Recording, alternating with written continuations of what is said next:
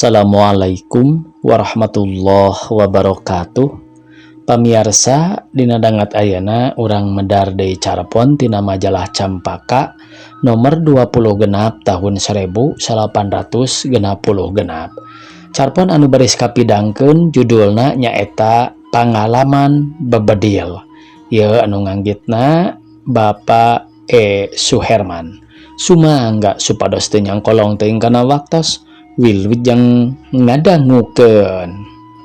Kuring kana babedil teh mimitian mah teresep da karesep teh ti bubudak ge kana nguseup atawa ngurap.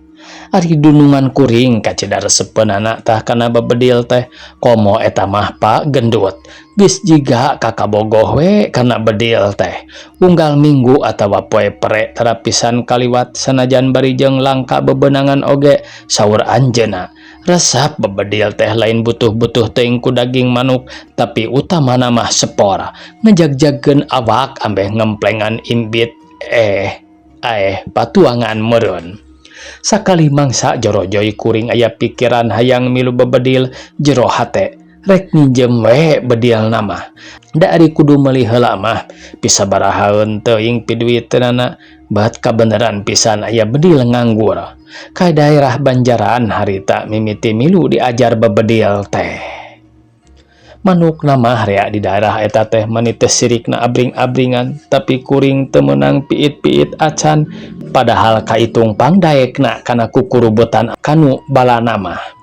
Duka kuring nu eueuh kabecus duka bedilna nu tacan ices da bedana watek bedil mah teu beda ti pamajikan. Duka bener duka henteu atawa perwatek leungeun kuring wae kitu eueuh bakat kana jadi tukang bebedil. Tapi dah ari kana sangupuleun mah bangena nakar leungeun teh. Harita ge nepi ka beak 2 piring. Puguh we mentas capek asruk-asrukan disampakeun sangubodah sasaid metung sambalna ledok dicoel ku lalab-lalaban. Nah damani asa nikmat teh padahal teu dugang teu daging ukur jeung goreng lauk asin. Sanggeus milu kadua kalina kuring mindeng pada ngageuh-geuhkeun ku babaturan teh lantaran teu tembong onjoyna kana nyekel bedil teh. Banget ku panasaran tuluy nyamperkeun tangkal awi nu segede tuur pek dikeceng. Alhamdulillah 5 kali nyentang teh teu keuna sakali-kali acan. Hate mimiti keheul hadena aya nu tenget ninjo prak-prakan kuring ngeceng teh atuh kapanggih we kasalahanana teh. Yen kuring mah ana ngeceng panon dipereumkeun teh lain nu kenca tapi nu katuhu. Puguh we tara daek museur kecengan teh. Paingan kasebelan ceuk hate kuring. Nyati harita mimiti taram-taram kana nyekel bedil teh sarta beuki resep wae komo sanggeus diberean meunang mah. Unggal rombongan pagendut babedil kuring tara tinggaleun kudu we milu. Minggu nu anyar kaliwat babedil teh ka daerah Limbangan Garut. Ti anggalna keneh kuring geus sasadiaan sakur nu perlu dibawa malah make ngadadak meuli sapatu karet sagala da sasarina masuk di sapatu kulit we bebedil teh kawas nu rek ka kantor. Poe Sabtu indit ti Bandung teh beurang keneh satutupna kantor. Da cenah sur pagendut ngarah bisa bebedil kasorenakeun nu rek didatangan teh di bejaan heula ti anggalna atuh nyampak teh keur suwung nya kapaksa disusulan. Bada magrib kuring sadarea dibawa ku Pak Atang barayana salah saurang babaturan ka kampung Bobos nu kacaritakeun rea manukna teh. Malah ceuk nu rahul mah cenah bebedil di dinya mah meunang 100 teh sajongjongan we teu kudu lila-lila. Di perjalanan antara Limbangan jeung Bobos kuring teu manggih pangalaman nu aneh-aneh maklum geus poek.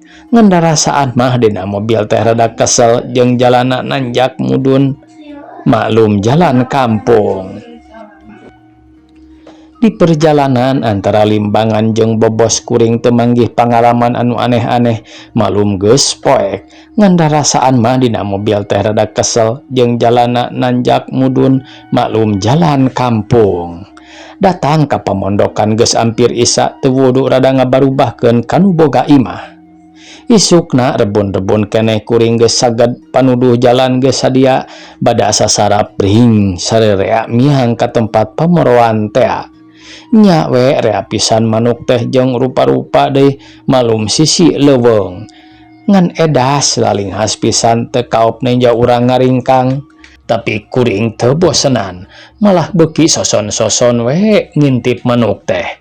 Teu kungsi lila peletak, pluk menang titiran. Nah da eta mah rarasaan asa kumaha mah atohna komo barang nyaho yen batur can menang bulu-buluna acan mah beuki agul wae.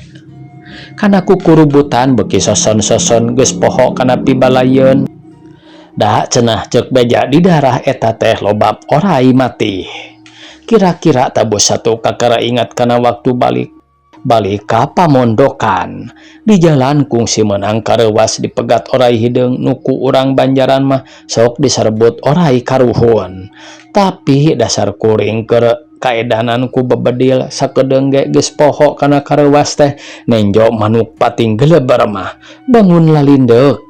Ongko-ongko deui bae intip-intipan. Cek hate bari balik sugan we nambahan bebenangan.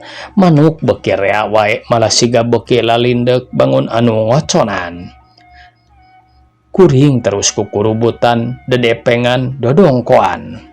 Banget kuresep teu kanyahoan sing horeng panon poe geus meh surup kana jalan balik geus poho deui. Luak liuk susuganan aya babaturan ngaliwat daharita sarerea kudu kumpul deui teh di Sasak Besi. Tidinya arek dipapagkeun ku mobil. Panon poe beuki nyerelek sedeng jalan nu tadi can kapanggih wae kuring beuki bingung. Geus reup-reupan kakaram panggih jeung jelema budak nu mentas ngalasuluh jiga nama. Jauh keneh Sasak Besi mah Kang omongna. Kuring ngahulang poho di kaera tuluy we menta dijajabkeun. Tapi budak teh teu kebat ngajajabkeunana ukur nepi ka tengah-tengah sawah.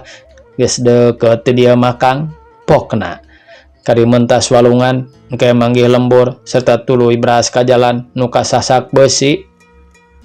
Sing horeng walungan teh eueuh cukangan atuh kapaksa ku kucuprakan mangkani geus reup-reupan.